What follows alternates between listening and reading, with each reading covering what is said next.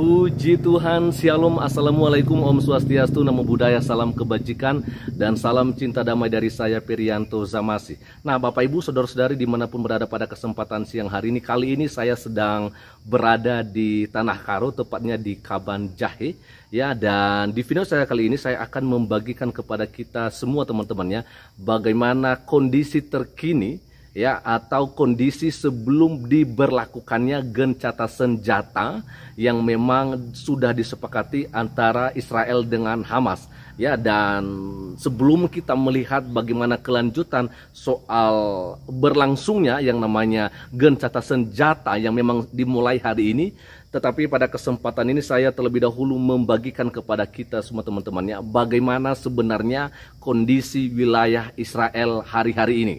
Ya, karena tentunya kita akan melihat nanti atau kita akan bandingkan nanti teman-temannya setelah selesai daripada serangan-serangan yang akan dilakukan oleh Israel. Karena tadi pagi saya sudah sampaikan kepada kita, saya sudah bagikan lewat video bahwa sekalipun nantinya gencatan senjata ini akan dilakukan dan berlangsung ya selama 4 hari ya, itu sampai tanggal 28 November 2023, tapi disampaikan oleh Benyamin Netanyahu bahwa setelah itu akan terus mereka melakukan yang namanya serangan-serangan, dan bahkan mereka mengatakan ada serangan yang lebih hebat akan dilakukan oleh mereka. Tapi kali ini kita akan dengarkan saja dulu bagaimana kondisi terkini ya sebelum ya gencatan senjata dimulai hari ini. Ini langsung disampaikan oleh brother kita Giva Hadayah dari Israel, dan ini dia videonya. Saya ingin tanya sedikit mengenai tulisan yang ada di Instagramnya Presiden kita Indonesia, Joko Widodo. Mungkin kalau teman-teman bisa lihat nanti ada di sini. Ya, ada di sini? Ada di Instagram beliau. Pak Jokowi beberapa hari yang lalu ada di Amerika. Saya kurang tahu, saya tidak ikut update lagi apakah beliau sudah balik ke Indonesia. Tetapi 2 hari yang lalu, kalau saya cek ini 4 hari yang lalu, sebelum beliau bertemu dengan Presiden Amerika Joe Biden, dia menulis caption di Instagram beliau di sini. Mungkin teman-teman nanti bisa baca. Yang saya tertuju dengan tulisan di captionnya Pak Jokowi ini adalah di bagian-bagian terakhir dia berkata, karena itulah saya mengajak Presiden Biden untuk turut menghentikan konflik dan kekejaman yang terjadi di Gaza. Yang saya mau garis bawahi adalah tulisan kekejaman yang terjadi di Gaza. Saya kalau menangkap hal ini, Bro Geva, berarti kekejaman di Gaza itu adalah akibat dari Israel yang membuat kekejaman. Kekejaman itu dalam bahasa Indonesia ya, dalam bahasa Inggris atau bahasa umum adalah suatu kejadian yang brutal, sadis. Itu yang saya maksud dengan kekejaman. Apakah memang kalau saya melihat dari pengertian kalimat ini, apakah memang Presiden ini ingin menyatakan bahwa kekejaman yang ada terjadi di Gaza itu adalah dari Israel? Saya akan jawab begini. Dulu saya punya banyak hormat untuk Presiden Jokowi. Saya orang yang sangat suka Indonesia, sangat cinta Indonesia. Selalu saya tertawa dan bilang jangan ditipu oleh kulitku, kelihatan bule tapi di dalamnya ada jiwa Indonesia. Ya. Jadi saya punya banyak hormat untuk Indonesia, untuk Presiden Indonesia. Tapi saya akan tanya dulu, kalau dia akan bilang, kalau Presiden Jokowi akan bilang semua kejahatannya oleh Hamas, Jokowi pasti punya banyak masalah dan demo sesudah dia kembali ke Indonesia. Jokowi tidak mau masalah sendiri di Indonesia. Itu satu. Yang kedua, saya sangat kecewa dan sedih dengar Presiden Jokowi berkata begitu, ngomong begitu, karena kita lihat videonya. Which other proof do you want? We need to show to the world that memang kejahatannya bukan oleh Israel. Sebaliknya, tidak ada tentara yang baik hati yang akan handle situasi seperti ini dengan kebaikan hati seperti Israel. Saya Jokowi, saya undang Anda, silakan datang ke Israel dengan saya. Guide nomor 1, datang ke sini. Saya akan membawa Anda keliling Israel dan Anda akan lihat sendiri Yang teroris itu adalah Hamas, bukan Israel. Semua brutal yang dilakukan di sana itu karena Hamas. Dan kalau Mr. Jokowi, Anda memang percaya Gaza adalah korbannya dan Israel jelek begitu, mau mendukung Gaza, silakan. Indonesia adalah negeri Muslim yang terbesar di dunia, hampir 300 juta. Apakah Indonesia tidak bisa terima hanya 2 juta pengungsi untuk bantu mereka? Silakan Jokowi, terima pengungsi dari Gaza. Ada solusi, Anda bisa bantu mereka. Jokowi juga tidak akan terima pengungsi dari Gaza. You know why, Kasdin? Karena Jokowi juga sendiri tahu dalam sesudah pintu tutup, Jokowi sudah tahu kalau Gaza masuk ke Indonesia, teror akan berkembang di Indonesia. Jangan lupa di Jordan tahun 1970, the Black September, orang Palestina coba bikin pemberontakan, melawan teror, dan tentara Jordan membunuh dan membantai hampir 4.000 orang Palestina. Di Lebanon sama, Kuwait, Irak sama. Mana mereka ada, selalu ada teror. Jadi sekali lagi, kalau mereka tinggalkan senjata, besok ada damai dan Palestina merdeka. Tapi kalau Israel tinggalkan senjatanya, tidak ada Israel. Tidak ada Israel. I'm very disappointed dengar Jokowi begitu, tapi saya bisa mengerti. Itu juga mainan politik. Mau apa? Mau dia bilang Hamas itu jahat, kemudian Jokowi pulang ke Indonesia, demo di mana-mana. Sudah jutaan orang dibodohi. Jadi dari sebelah satu saya sangat kecewa karena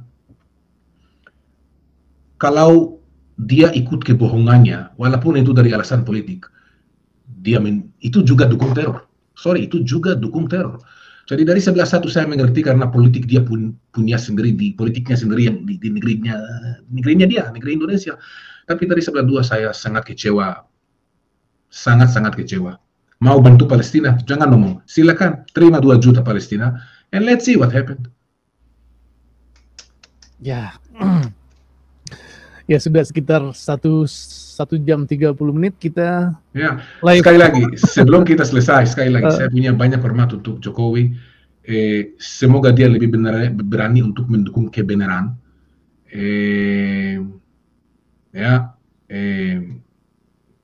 Dan sekali lagi, ini waktu untuk mendukung Israel. Ini waktunya untuk mendukung kebenaran, kebaikan, bukan kebohongan dan kejahatan. Terima kasih Bapak Ibu. Sebelum kita sebentar lagi selesai, tolong bagi share video ini, Anda bantu. Setiap like, setiap share, itu bantu. Oke, dan itu dia teman-temannya, saya potong dulu sebentar. Karena tadi pagi di video yang saya upload itu ada yang bilang sama saya, sepertinya Pak Perianto Zamasi ini cenderung atau lebih condong membela Hamas. Itu sangat keliru sekali. Itu sangat keliru sekali. Karena saya tidak ada hubungan dan tidak ada kepentingan dengan kelompok milisi Hamas, ya kan? Nggak ada kepentingan sama sekali, ya kan? Kalau sebelum-sebelumnya juga ada yang bilang sama saya, aduh Pak Perianto mendukung Israel yang menghancurkan Hamas, atau lebih kepada menghancurkan wilayah Gaza, di mana di situ banyak warga sipil Palestina yang akhirnya menjadi korban meninggal dunia. Teman-teman, ini perlu kita luruskan ya, karena yang pertama, kita tidak ada untung dan tidak ada ruginya kalau membela Israel dan juga membela Hamas.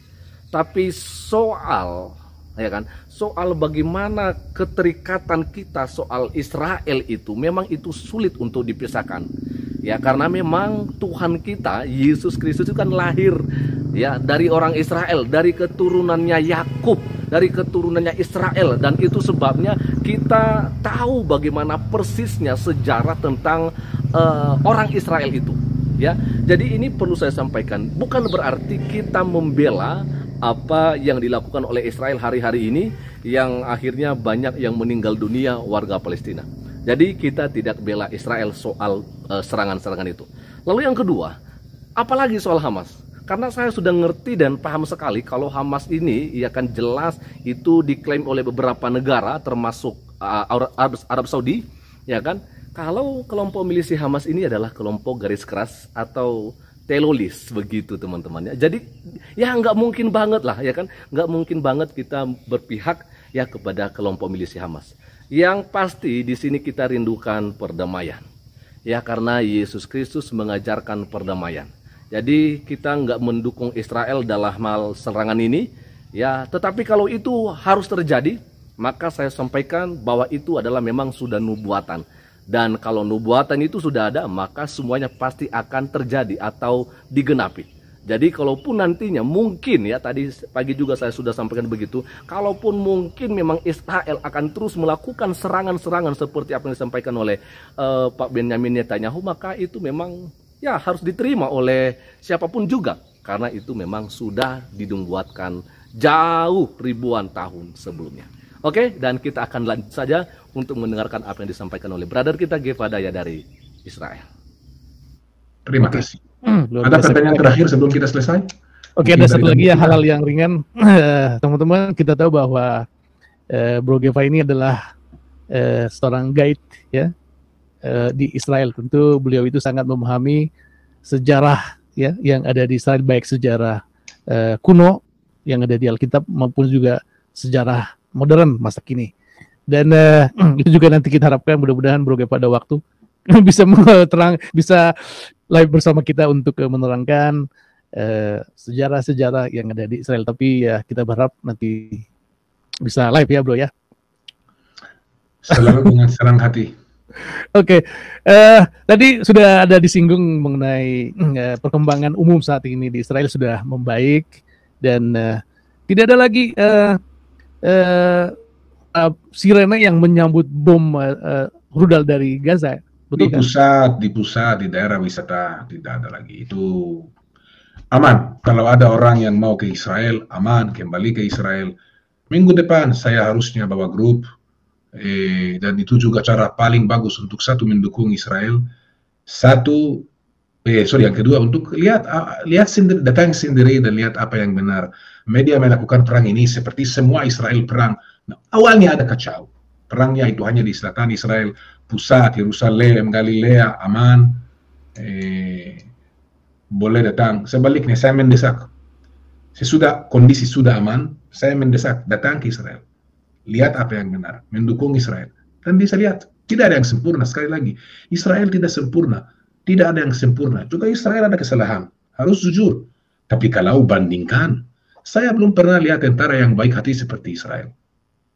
Saya lihat ada satu imam di Indonesia yang berbicara, yang juga bilang mau mendukung Palestina, jangan kirim langsung uang, karena uang itu langsung masuk teror. Harus kirim uang supaya bisa tahu ini bukan untuk teror. Oke. Keadaan situasi di Yerusalem lama seperti Via Dolorosa, di mana di sana kita lihat banyak sekali berbagai etnis maupun Arab, Islam, Kristen, Yahudi. Gimana kondisi di sana sekarang terakhir? Aman, biasa aja, tidak ada masalah. Sekali lagi kalau ini Israel, Gaza itu di selatan jauh dan pusatnya Israel jauh sekali. Minggu pertama, minggu kedua ya kami sedikit kacau, belum mengerti rudalnya sampai jauh. Sekarang sudah aman. Jangan takut datang ke sini. Datang. Dan seperti Alkitab mengajar kita, yang akan mendukung Israel, Tuhan akan mendukung dia dan memberkati dia. Yang memberkati Israel, Tuhan akan memberkati dia. Oke. Kalau di utara kan sekarang ini kan menjelang musim dingin di Israel kan ada banyak orang banyak turis yang datang ke utara ke Gunung Hermon. Kita juga mendengar ada kabar bahwa Hizbullah juga ke Gunung Hermon itu mungkin satu site yang belum bisa kunjungi, tapi sekali lagi Gunung Hermon itu di paling ujung Israel, dengan berdiri di perbatasan dengan Lebanon dan Hizbullah. Itu bukan daerah wisata biasa ya. Kalau daerah Yerusalem, Bukit Zaitun, Bukit Sion ya, Laut Mati, Bethlehem, Galilea, Nazaret, Tiberias, semua daerahnya itu aman. Anda sekarang kasih satu contoh untuk satu tempat yang jauh sekali dari semua tempat yang lain. Tempatnya lagi tutup, Tidak bisa. Juga kalau mau kunjungi di sana tidak bisa. Masuk website Hermon, lihat tutup, tempatnya tutup. Tapi semua yang lain aman. Ya, sekali lagi kalau ini Israel, Gaza di sini di ujung selatan, Hermon di ujung utara. Ya, jadi di sini tidak ada perang, ada sedikit, Hezbollah coba lempar sesuatu, basa-basi.